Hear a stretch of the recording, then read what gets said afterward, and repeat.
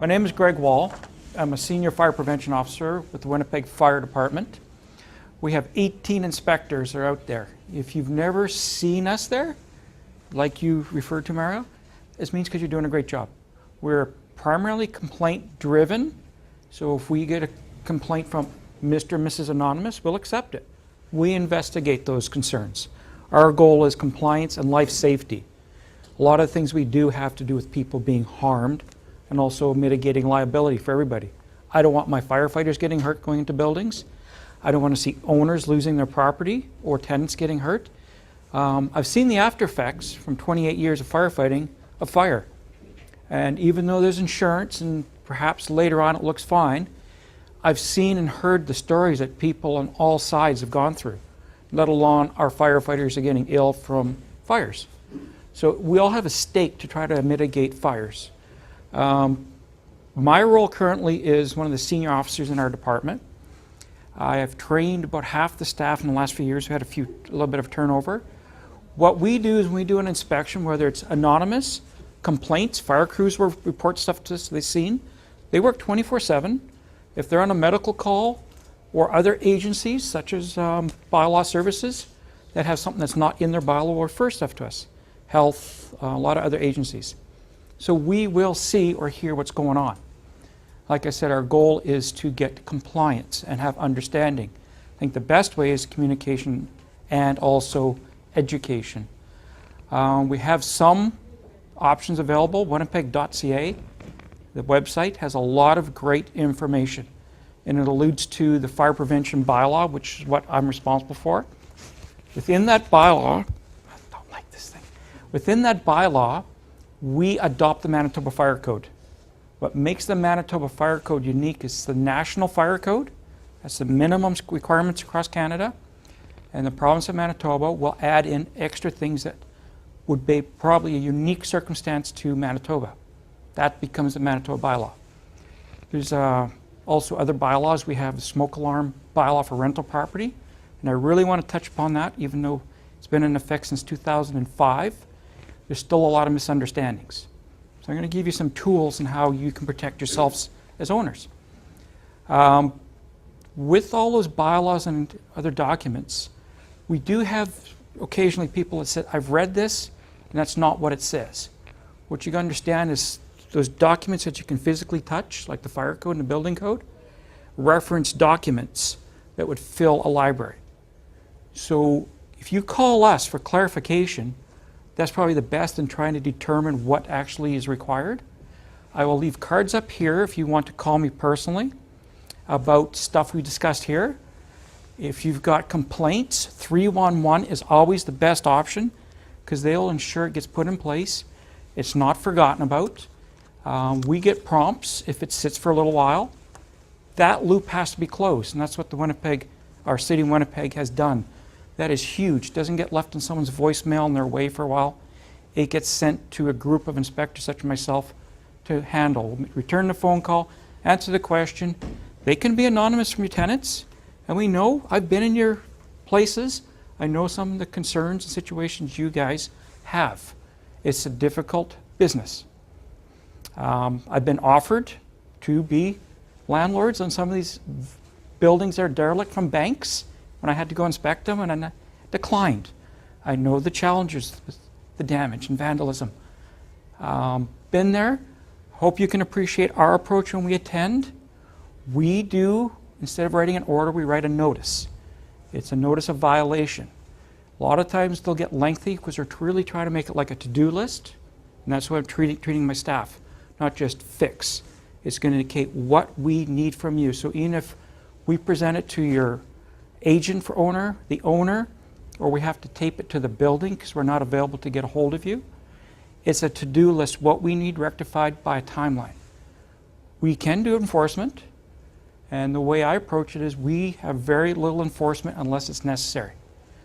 Enforcement is the last resort for us, and the way I look at it, I'm a special constable. There's a lot of powers I have with this. The only time people see my badge is usually when I hand out business cards. If this comes out in inspection, it's usually because I'm getting your driver's license and I'm writing a CON, and you're going to be going to court, and we're going to have to discuss how we're going to rectify the problem. And usually when we're at that point, it's pretty serious. We do have powers to vacate properties or portions because of life safety concerns. And the main ones would be for the multiple family type of occupancies, which is your fire alarm is inoperable. Whether someone's trashed it or it's gone down, it's broken. To us, that's an immediate repair. There's a few things with that. We walk in and we're notified, and we will notify you, immediately repair. That means you get on the phone and you contact someone to fix it.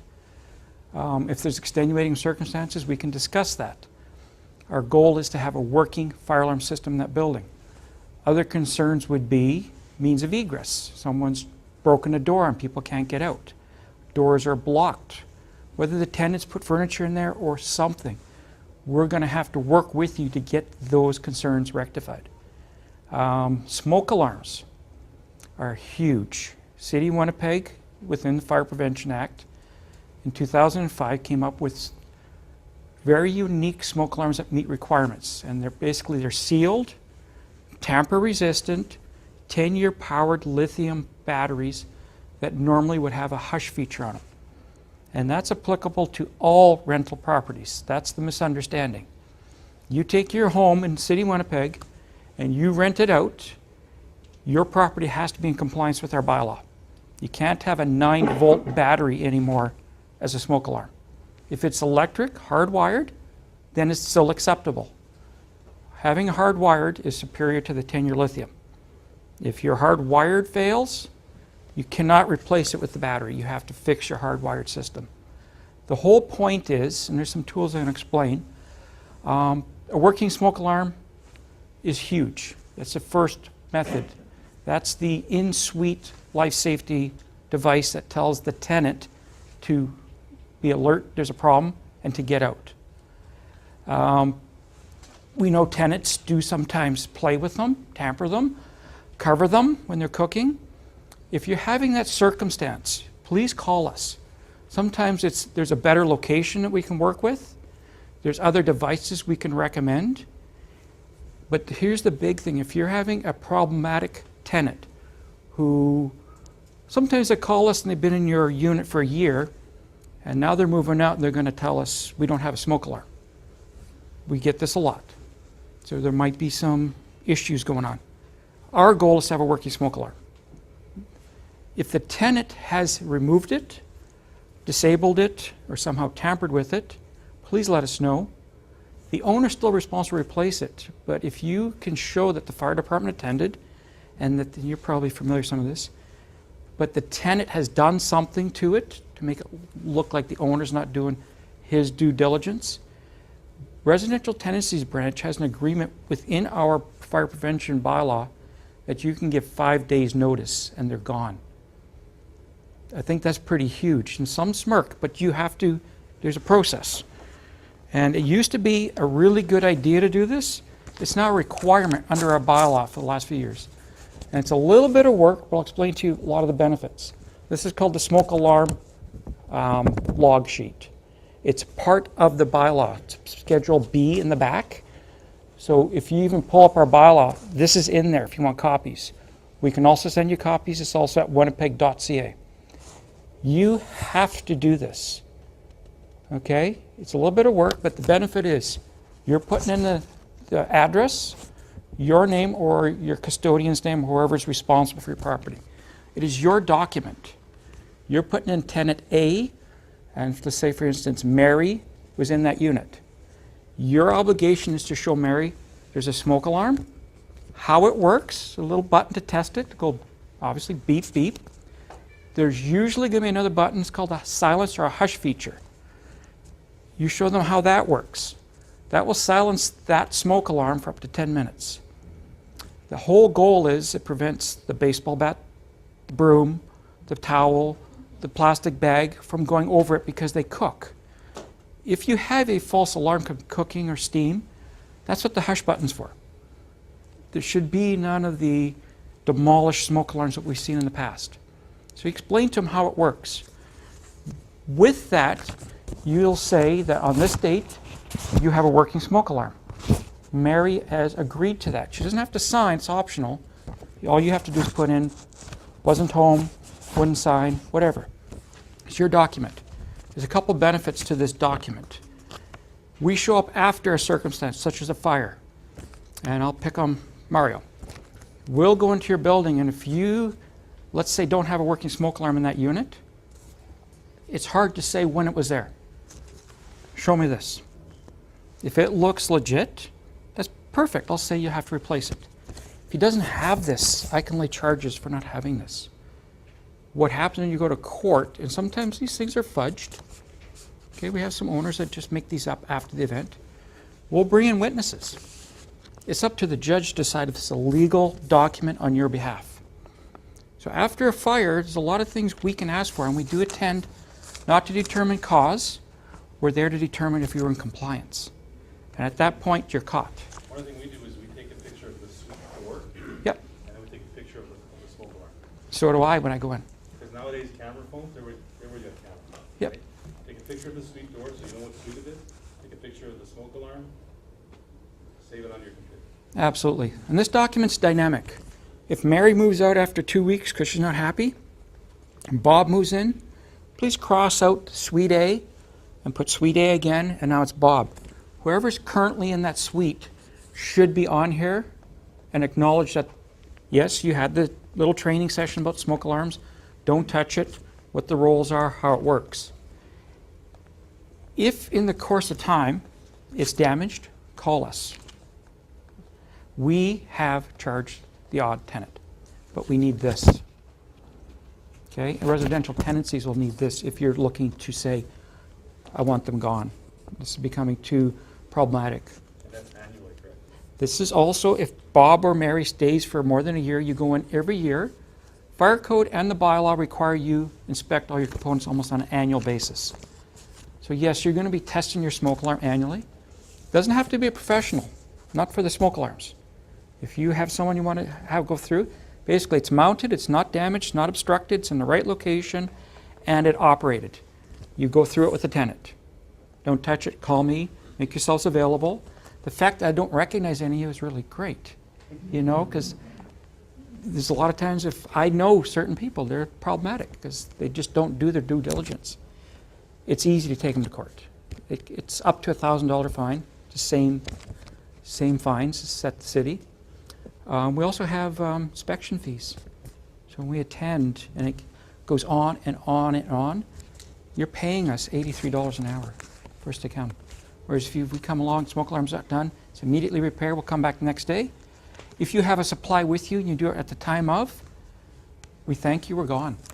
Enforcement is a tool, it's not what we want to do. I want you to understand that you have to have this smoke alarm log. It's part of the inspection. If I attend to your building, I'm going to ask you, do you have your smoke alarm log for the inspection? This also saves some time because of the fees. If I see 30 units and they'll look okay, I can do a random. If I don't have this, I got to look at all your smoke alarms. Okay, so it saves everyone some time. You're also obligated under the bylaw to give the tenant what's called Schedule C of the bylaw. It's a piece of paper that basically tells the tenant their obligations under the bylaw. You can't tamper with it, you can't remove it. They can be charged what the fine is, and then they could be evicted in 5 days if residential tenancies deems it was appropriate. It also says what the owner's obligations are. And if you really read the document, it's stating as an owner, a tenant, and the fire prevention officer, this smoke alarm should always be there and working. That's the whole intent. Owner doesn't want to do it, and they've tried to call the owner, they can call us. We attend the same day. That's how huge it is. Even though our inspectors are carrying 180 inspections per inspector, which is pretty incredible, that is a high priority for us. I'll code it that, they go the same day. It's not often we like to empty buildings, but if that's the choice, non-compliance, or we'll put other provisions in place to ensure the building stays occupied. Because as we're all aware, there's nowhere to go now, which is great for you, but when we got a building that has life safety systems down, it's a real challenge for us because the city now has a responsibility to ensure life safety. So if you work with us, you can call me. You can be anonymous. I can take any question. I've heard them all. I've seen them all. I really appreciate your side of it. I know it's a difficult business, and it is a business, and it's a necessary one, and we have all types, and it's not, just so you know, the stereotype, it's not the smaller landlord is the problem. We have the whole gamut. It depends on the person and their willingness to comply, or maybe their lack of understanding. To this day, I'm still explaining these documents and explaining you just decided to go to Phoenix and rent out your house. Your smoke alarms have to meet our bylaw. A 9-volt won't do, but you can live in your home. A 9-volt is acceptable. Working smoke alarms are the key. Now, for those of you, I have a lot of pamphlets, but for those of you who have multiple family, I want you to understand this. If you see this on your front entrance, back entrance, stuck to your building, that means fire crews or fire prevention officers attended. This is to let the tenants know that there's something wrong with the fire alarm system or the sprinkler system, something life safety. Please just don't rip these off or ignore these. These are huge. The fire prevention officer will, if this is during the weekend or an evening, will follow up first thing in the morning to ensure whatever was addressed as a problem is been fixed. And that's our hope. It's been solved. You've had a professional in. You figured out the circumstance, whether it was just basically a reset or a faulty device, and you can show us that it's fully operational. That's the goal. If it's not, we can charge you. Because the fire code basically says the owner shall ensure life safety systems are operable at all times. So I can ask you to fix it, plus I can charge you the second I come in and see it's not working. And I've done it, and I win in court. That was a tool because this person historically didn't want to maintain their systems till they heard from us. The whole goal is we all work together. Winnipeg's fire, arson, and all those other concerns go way down, and we're not having people dying. And the concern was there was no fire alarm, there was no smoke alarm. It was a fire trap, which is a media thing. There are no such things if we're all just looking at maintaining the fire code requirements. And they're huge, like I said before. Understanding the fire code is very complicated. If you want to throw a question past us, I talk to a lot of property managers every day. I can send you information. I can clarify things. If you have a concern about the inspection you received, call me. We'll clarify it. If you need more time, we can discuss that option. Some things we can extend if there's intent to comply. Other things, there's no wiggle room. Or we'll put extra provisions in place. We call them fire watches, or monitoring a fire alarm system if your staircase happened to fall off the building during the middle of the night or got burnt down. Okay? And then the goal is, there's our arson initiative program in the city of Winnipeg to reduce combustibles being left discarded. We have fire crews that patrol back lanes and report to us. And we work with other agencies, even water and waste, and they'll do bulk pickup just to get rid of the fire problem. Because it's not usually that product that burns, it's a garage, a car, and a fire truck's off duty for a couple hours. So it impacts everybody. So if we can all understand that we can improve the city of Winnipeg just by all working together. If you haven't seen this, that's probably a good thing, but I'm very, very happy that Alana and Gord had us attend, and we can attend. Because getting that message across, and clearly, there's a lot of stakeholders here, and I'm sure you're going to share the message.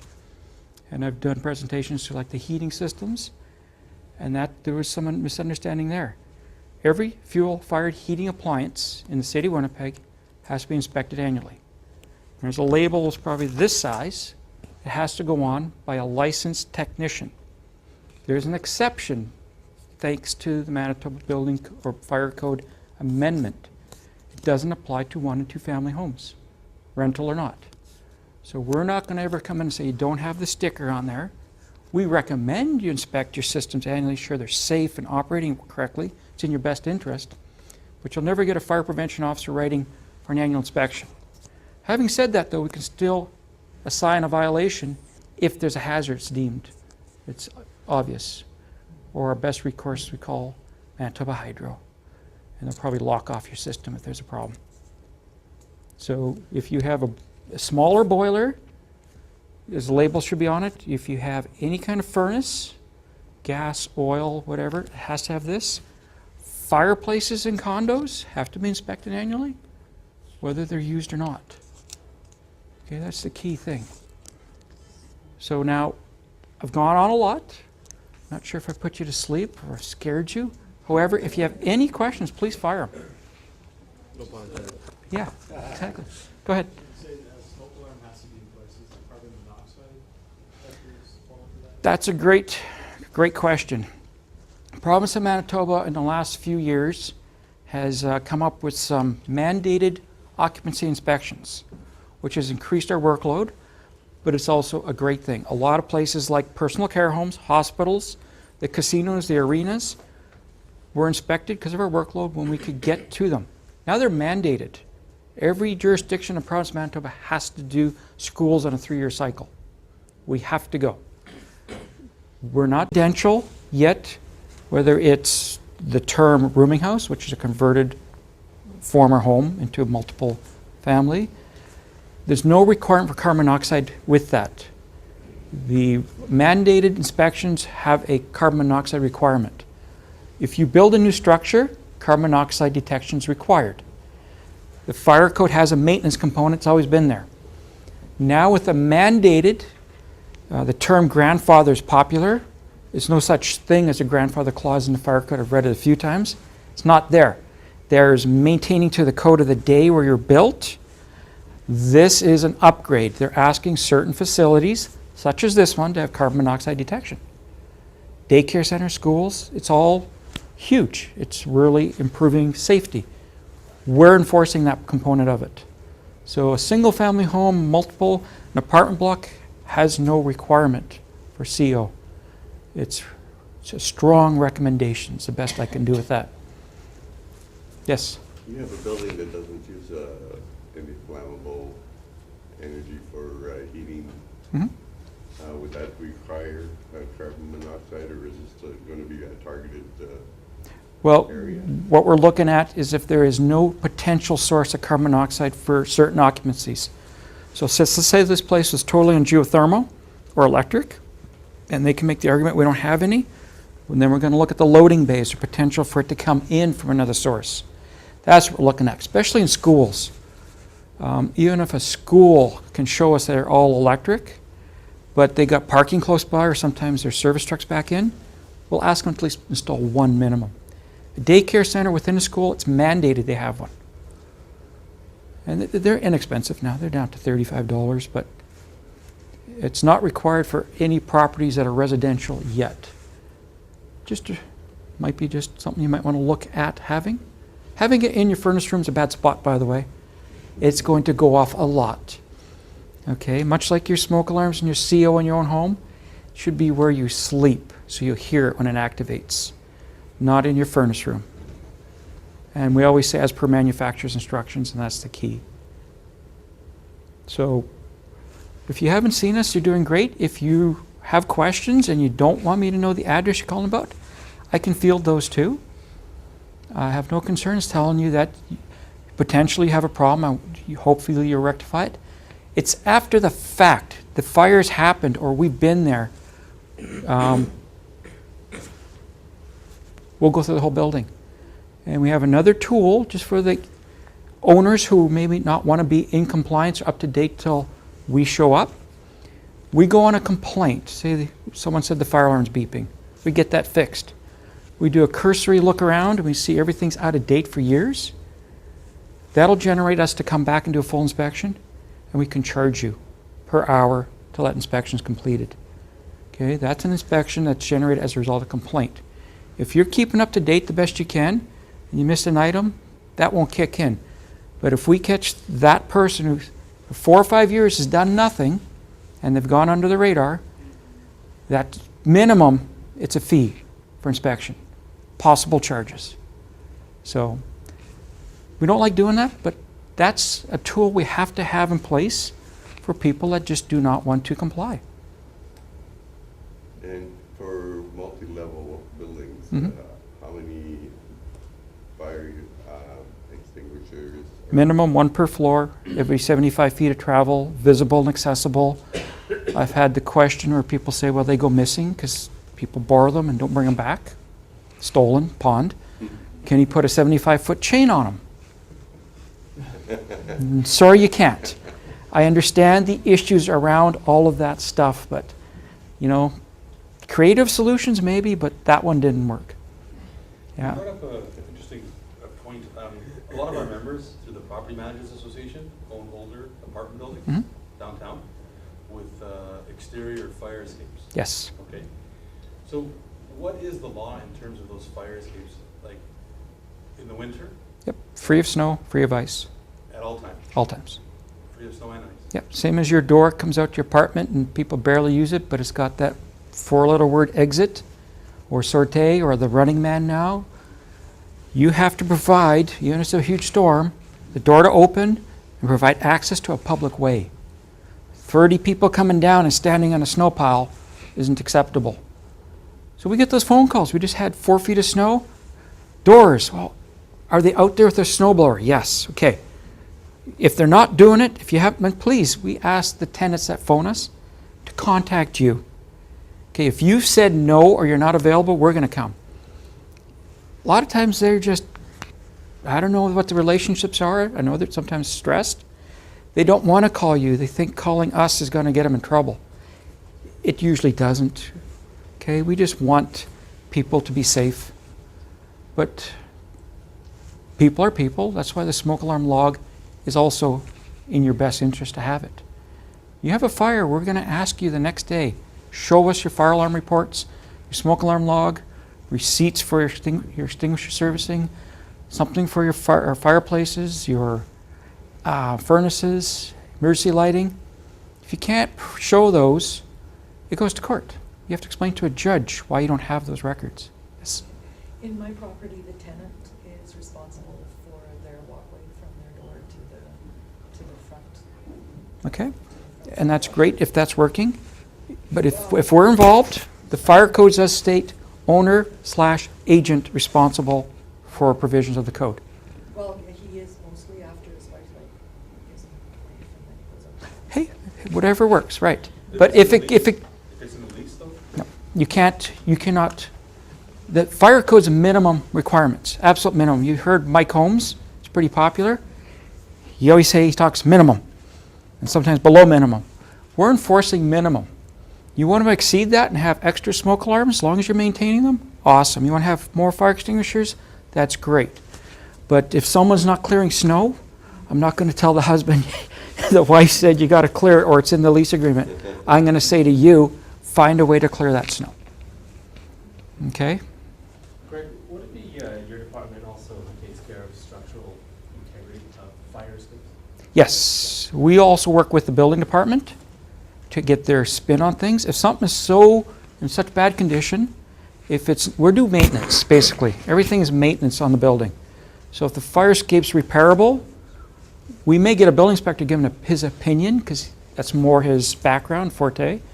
But we will write the order. We will go and push ahead to get it corrected.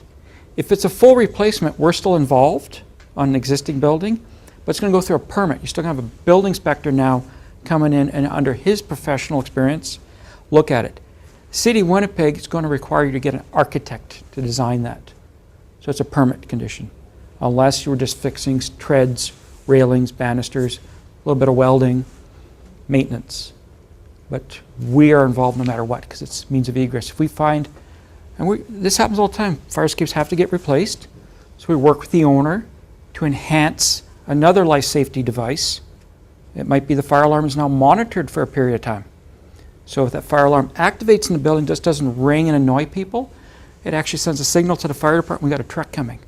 Because those people have lost maybe another way out of the building. Or the way it was designed, it needed a fire escape.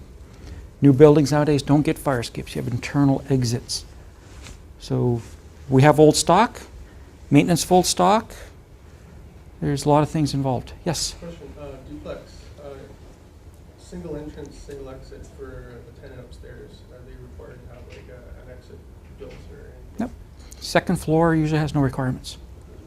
Having said that, you'll see buildings downstairs that meet a different requirement. They don't meet building code. And the common name is rooming house. They're converted residential dwellings under licensing. They have to meet an older bylaw, which was developed a long time ago to make these larger properties, which were beautiful homes downtown in the day, and they had big, wealthy families living in them. And since then, they've been chopped up and made into suites, rooms, and they might have 4 or 5 tenants in them. So everyone calls them as rooming houses. You'll see balconies off them, old staircases.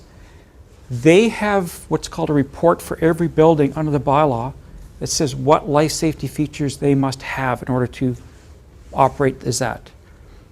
And those ones that we license, or bylaw licenses them, then we do the inspection on their behalf to ensure they're in compliance. And you know what? They have a need too. You know, it's economical housing downtown. There are some that are unapproved, in other words, illegal. They're not in the system. They don't have the requirements. Those are the ones we have to vacate. Because if you're on the 3rd floor, you'll see these older homes have, looks like a nice balcony. It's actually an area of refuge. It's a place you could step out of the fire until the fire crews attend and get you out. Some buildings have a fire escape that's required. Some don't have full fire alarm systems. They have interconnected smoke alarms, which are accepted way long ago. And as long as they maintain it with a fire escape, they're acceptable. That takes up a lot of our time too, because they're older buildings without fire separations. Apartment buildings have fire separations, compartments. These buildings don't. That's why they have more stuff in them than the standard house next door, which could be a single family or duplex. Next one could be a beautiful one, or it could be less appealing. And I think we've seen some of them. But you go in and it's providing homes for maybe up to 12 people, depending how it's approved. It's all based on zoning and the structure of the building. So there's a lot of things that is not quite clear. You have to look at them when you ask them about a property. Can I add to that as well? Sure. The livability bylaw does have provisions in place for basements and attic dwellings units that cover egress. You might want to take a look at that too. Just saying 2nd floor, it's not enough.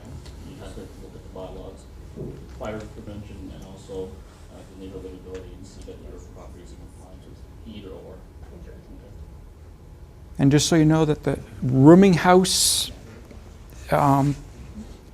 is possibility that whatever is out there will be permitted to exist. The ones that are not in compliance or known as illegal, at some point will be forced to meet all the requirements by a certain date or have to be converted back to 1-2 family. There'll be no ifs or buts about those. Yes? On commercial building, you have Department of Labor does an annual inspection. The boiler. That's correct. If it's greater than 122,000 BTU. So if it's bigger than a small bar-sized fridge, they do it. Yeah. And would you require an additional one from the fire department? Nope. The person who's doing the inspection is Department of Labor. We will ask confirmation that you have your certificate. If you can't show us your certificate posted in that space, service room, we're going to ask you to produce it. If you can't, we'll contact the Department of Labor and find out what's going on. Okay, so I'm just Yep. wondering if it's that. Yes, I wasn't clear. No, if it's a smaller boiler, it falls under our requirements. 4 horsepower or 122,000 BTU, or any size boiler within a rooming house, it falls under our bylaw. Department of Labor looks after the larger ones. And thankfully they do. Anything over 122,000 BTU? Yes, that'll be Department of Labor. So it's either going to have our sticker on it or the green. And you are technically they're 122, you're 121 and down. Well, occupancies, if it's a gray area, we're going to figure it out between them and ourselves. But at some point, that fuel fire heating system has to be inspected for safety. I was just wondering. Is that the hook? Heating surfaces, that's all. Told you I can go for hours. But I really appreciate having this opportunity to present some of these. A lot of these are my issues that would help if you guys understood some of the concerns. Because we're getting to a point now. And one last thing. Anyone that you bring into your buildings to inspect your fire alarm or your fuel fire heating system or all that has to have a license from the City of Winnipeg Fire Department. It's a small little card laminated in their wallet that you can ask them to produce, so you know they're currently licensed by us, because we look at their credentials now. If they're not currently licensed, please don't get them, because the bylaw is written such that the owner hired someone who's not licensed. I know. We're working on it. That was the first draft.